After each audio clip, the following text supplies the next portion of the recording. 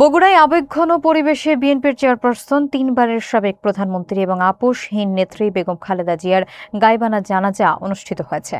দলমত নির্বিশেষে সর্বস্তরের মানুষের স্বতঃস্ফূর্ত অংশগ্রহণে এই জানাজা পরিণত হয় এক হৃদয়স্পর্শী শোক সমাবেশে। বুধবার বিকেল ৩টায় বগুড়া সদর উপজেলার আলতাফুন্নেসা খেলার মাঠে উক্ত গাইবানার জানাজা অনুষ্ঠিত হয়। এতে বিভিন্ন শ্রেণী পেশার বিপুল সংখ্যক মানুষ অংশগ্রহণ করেন। বিস্তারিত দেখুন ডেস্ক রিপোর্টে।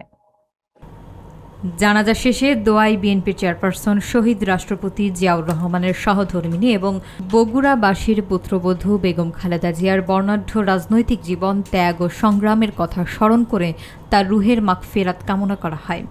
এ সময় জানাজায় অংশগ্রহণকারীদের অনেকেই আবেগ আপ্লুত হয়ে পড়তে দেখা যায়।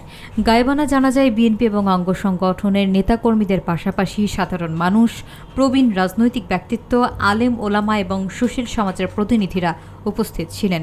জানাজার ইমামতি করেন জলেশ্বরীতলা বাইতুল হাফিজ জামে মসজিদের পেশ ইমাম হাফিজ মাওলানা আব্দুল আজিজ।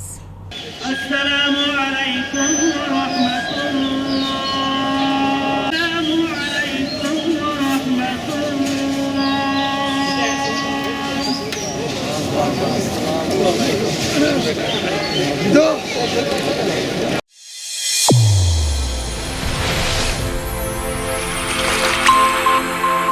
চ্যানেল A1 হৃদয়ের স্পন্দন।